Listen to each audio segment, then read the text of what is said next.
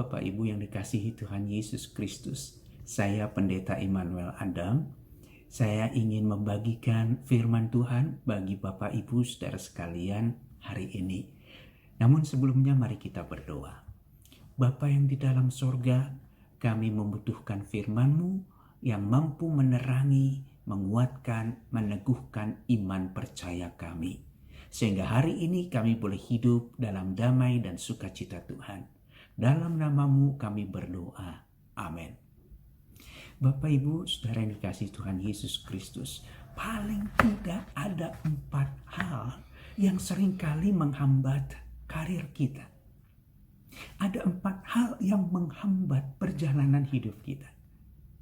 Sebelumnya saya akan bacakan firman Tuhan dari Kolose pasal yang ketiga ayat yang ke-15. Kolose pasal yang ketiga ayat yang ke-15 dicatat demikian. Hendaklah damai sejahtera Kristus memerintah dalam hatimu. Karena untuk itulah kamu telah dipanggil dan bersyukurlah.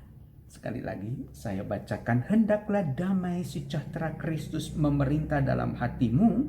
Karena untuk itulah kamu dipanggil menjadi satu tubuh. Dan bersyukurlah. Bapak Ibu saudara yang dikasihi Tuhan Yesus Kristus, keinginan Tuhan adalah damai sejahtera Tuhan itu mulai memerintah hatimu, memerintah hidupmu. Karena kalau nggak ada damai, hidup ini jadi nggak indah.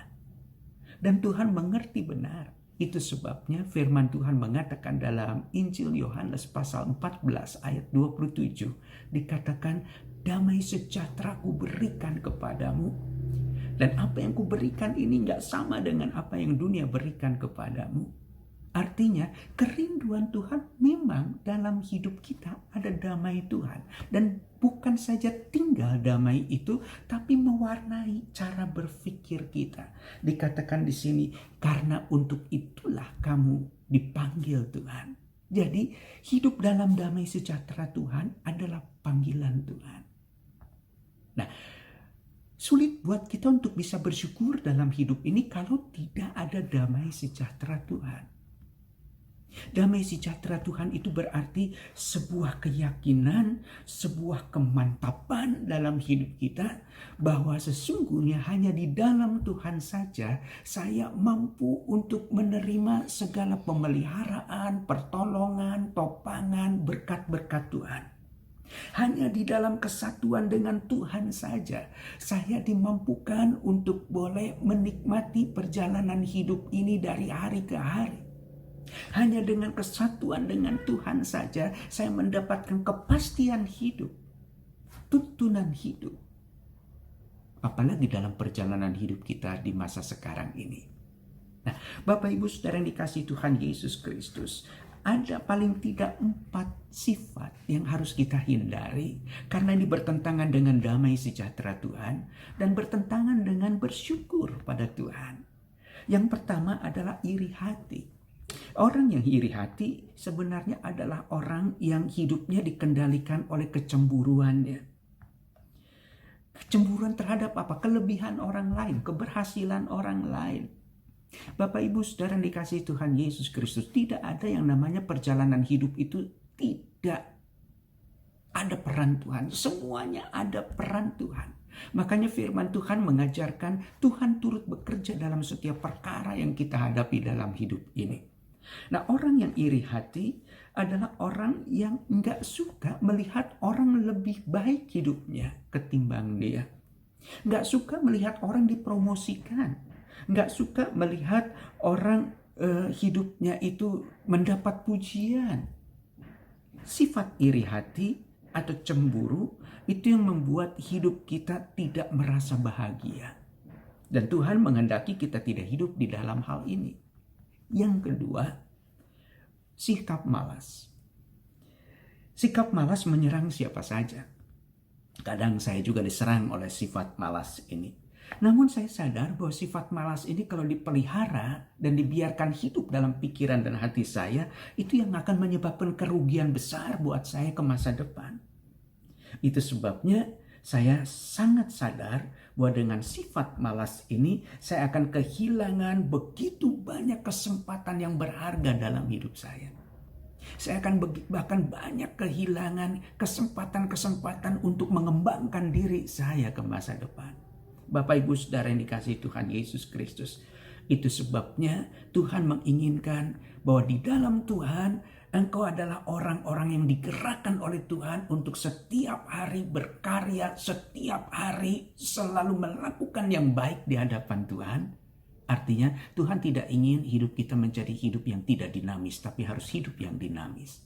Itu sebabnya Tuhan hadir dalam hidup saudara, karena Tuhan ingin memampukan saudara untuk dapat berkarya. Yang ketiga, sifat tamak. Jadi yang pertama iri hati, yang kedua malas, yang ketiga adalah sikap tamak. Sikap tamak ini ya hampir semua orang memiliki sifat ini saudara. Namun sebenarnya sifat tamak ini menggambarkan tentang ego kita. Bahwa kita ingin lebih menonjol dari yang lain. Kita ingin mendapat pujian dari yang lain. Kita ingin mendapat perhatian dari yang lain. Saudara, hidup yang dikendalikan oleh ego yang seperti ini tidak akan hadir damai sejahtera Tuhan di sana. Kenapa? Karena tidak ada penundukan diri di sana. Yang ada adalah aku, dan aku. Tidak ada yang namanya perendahan diri di hadapan Tuhan. Saya mau berjalan bersama Tuhan. Saya percaya Tuhanlah penopang saya. Tidak ada pikiran-pikiran seperti ini. Kenapa? Karena hidupmu dikendalikan oleh egomu, nafsu-nafsumu. Yang keempat adalah terlalu bangga.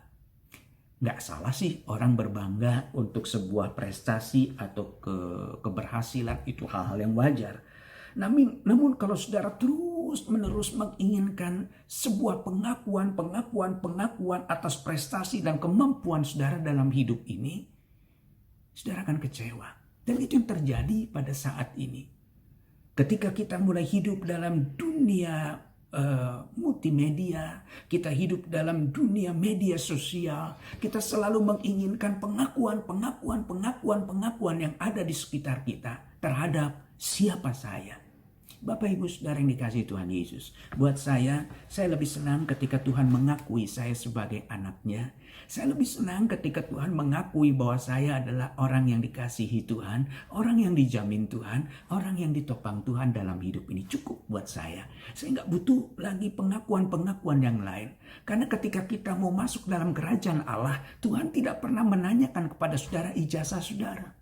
Tuhan tidak pernah menanyakan kepada saudara tentang prestasi saudara dalam pelayanan saudara yang seperti apa. Tapi yang Tuhan mau adalah bagaimana engkau setiap hari terus-menerus membiarkan Tuhan hadir dan bekerja dalam hidupmu. Bagaimana Tuhan akan melihat kehidupan yang selalu ada bersama dengan Tuhan dan digerakkan oleh Tuhan. Itulah kerinduan Tuhan. Dan Tuhan ingin dalam hidupmu ada damai, ada sukacita, ada kegembiraan, dan disitulah saudara belajar bersyukur. Tuhan ingin hidupmu seperti itu. Tuhan berkati saudara.